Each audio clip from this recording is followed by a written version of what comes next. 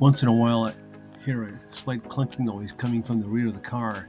I was thinking maybe it's the rear subframe bushings. Let's take a look.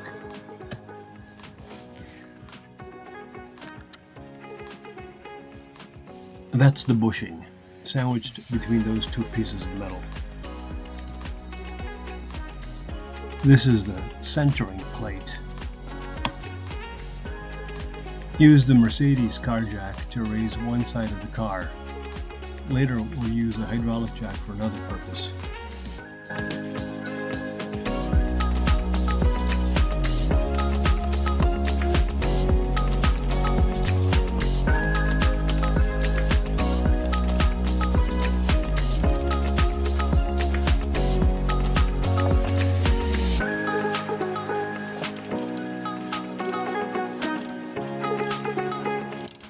In this next shot, notice the hydraulic jack supporting the subframe.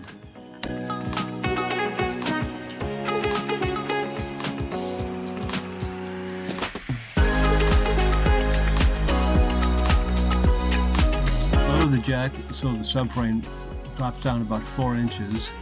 Then place a socket between the subframe and the body and use the jack to push the subframe back up again, and this will cause the bushing to pop out. I didn't capture the moment it came out on camera, but it comes out quite readily. I'm not sure what this piece is called. When it comes time for reassembly, this is the last part that goes back in place. The new parts come with bushings, nuts, bolts, and washers, and that part whose name I don't know. But it doesn't include the large bolt, that large pointed bolt, or the centering plate.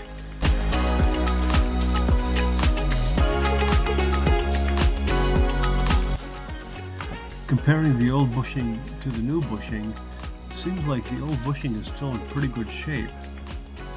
I'm no longer confident that this bushing replacement will eliminate that clunking sound.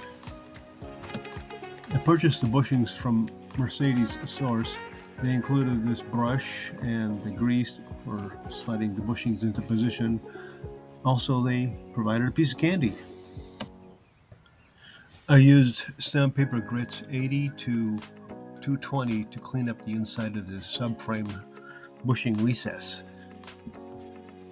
To simultaneously push and turn the big pointed bolt, you'll need to make your socket shallow by putting some bolts or washers inside. This is the top of the bushing. Onto the large pointed bolt, place the bushing, the centering plate, and a lock washer. Then press everything into position. Don't worry about bolting the centering plate into position just now. You'll need to push hard to make this screw in.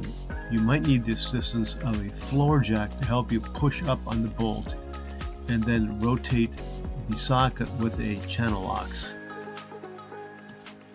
This is what the bushing looks like when everything is put back together and you've torqued the large bolt to 89 foot-pounds. It looks like too much of the bushing is sticking out, so I took it out to investigate. I put white lithium grease in the recess where the bushing goes, and put the bushing in, and then took it out again to investigate. It looked like the grease showed that the bushing can't go any further. I was able to determine that the top of the bushing touches the bottom of this steel bushing, meaning it just can't go any further. So this is the way the bushing looks when the job is done. It's correct. I'll do a test run to see if I succeeded in eliminating any of that rear end clunking.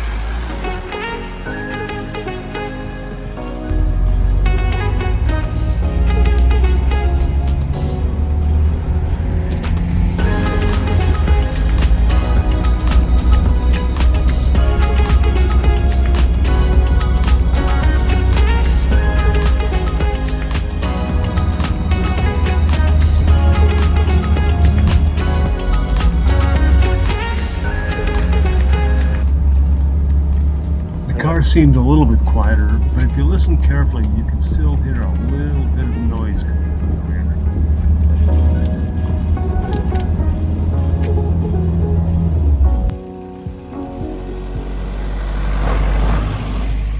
I didn't hear any clunking when I went over these bumps.